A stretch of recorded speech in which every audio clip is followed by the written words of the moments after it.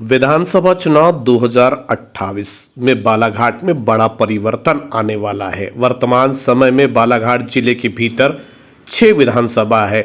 पूर्व की तरह 8 विधानसभा होने वाली है। इस पर चर्चा अब जोरों पर है। राजनीतिक पंडित कहते हैं कि परसवाड़ा विधानसभा 2 भागों में बढ़ जाएगी जैसे कि पहले थी, और वहां से एक नई विधानसभा किरनापुर जो कि पुरानी विधानसभा थी उसका उदय होगा। दूसरी ओर कटंगी विधानसभा और खैरलांजी वारासिनी विधानसभा में से खैरलांजी विधानसभा का उदयमान फिर से होगा जो कि पहले से थी। चलिए हम बात करते हैं परसवाड़ा विधानसभा की, जो कि किरनापुर विधानसभा से अलग हो जाएगी। वर्तमान में किरनापुर विधानसभा का आधा हिस्सा लांजी और आधा हिस्सा परसवाड़ा में है। बात करें कि कैसे ये संभव है, तो राजनीतिक पंडितों के अनुसार उकवा, लामता, परसवाड़ा, मझगांव, समनापुर में जो मतबूथों की संख्या है, मतदाताओं की संख्या है, उसके अनुसार वे कहते हैं कि परिसीमन बड़ी आसानी से हो जाना संभव है। बात करते हैं आंकड़ों पर, तो उकवा में 48 बूथ है, लामता में 40 बूथ, परसवाड़ा में 46 बूथ, मझगांव में 40 बूथ और लामता, समनापुर और उसके बीच का क्षेत्र समनापुर में 39 बूथ।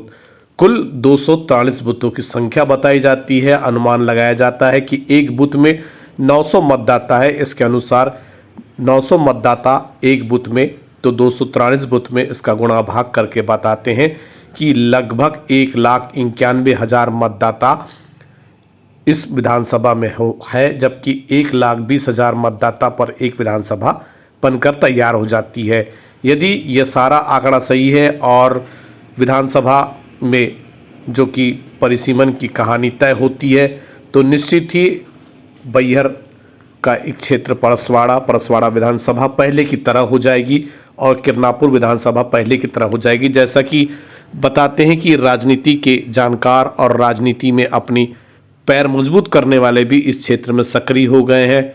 परसवाड़ा क्षेत्र में कुछ नए चेहरे दिखाई दे रहे हैं, हालांकि मैं अभी नाम नहीं लूँगा, समय आने पर उनका भी परिचय किया जाएगा। उसी तरह किरनापुर क्षेत्र में भी कुछ नए युवा सक्रिय हो गए हैं, तो वहीं पुराने राजनेता भी सक्रिय होते दिखाई दे रहे हैं। परिसीमन क्यों जरूरी है? विधानसभा 2008 में परिसीमन कर दिया गया। बालाघाट जिले की 2 विधानसभा किरनापुर और खैरलांजी का विलय कर दिया गया। किरनापुर को आधा काटकर लांजी में और आधा परसवाड़ा में मिला दिया गया। तो बस उसी तरह खैरलांजी का भी वही हाल हुआ। आधी विधानसभा कटंगी में चले गई तो आधी वारासिनी में आ गई।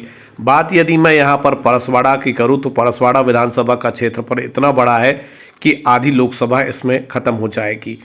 बालाघाट जिले के सीमावर्ती क्षेत्र मंडला के नैनपुर के लास्ट गांव पादरीगंज से लेकर रजेगांव तक किरनापुर क्षेत्र की, जी हाँ, लगभग 100 किलोमीटर की दूरी। इस बीच में परसवाड़ा का क्षेत्र, लामता का क्षेत्र और बालाघाट जिला मुख्यालय से लगी हुई कुछ पंचायत जो कि परसवाड़ा के क्षेत्र में आती है।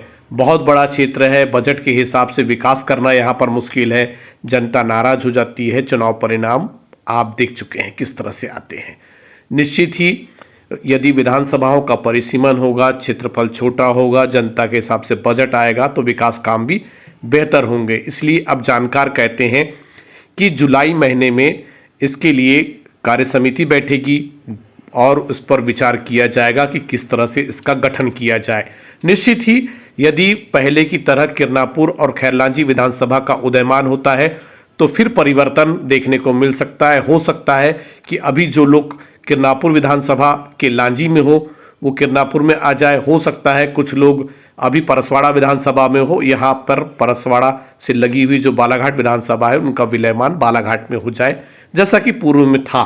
या हो सकता है कि बालाघाट विधानसभा के कुछ गांव जो पहले परसवाड़ा विधानसभा में थे वो परसवाड़ा विधानसभा में जाते हुए दिखाई दे सकते हैं, क्योंकि बालाघाट जिला मुख्यालय से महज 4 किलोमीटर दूर यदि मैं बात करूं गोंगलई और किरनापुर क्षेत्र के कुछ गाँव की, तो वो अभी वर्तमान में परसवाड़ा क्षेत्र में आते हैं। है बालाघाट से 4 किलोमीटर दूर और आते परसवाड़ा में। हो सकता है वो किरनापुर में चले जाए, हो सकता है वो बालाघाट में आ जाए। इसी तरह बहुत सारी किंतु परंतु की संभावना बन सकती है। इसीलिए तो बालाघाट जिले के भीतर परिसीमन को लेकर चर्चाएं अब व्याप्त हैं। देखना है कि आगामी समय में इस पर क्या विचार होता है।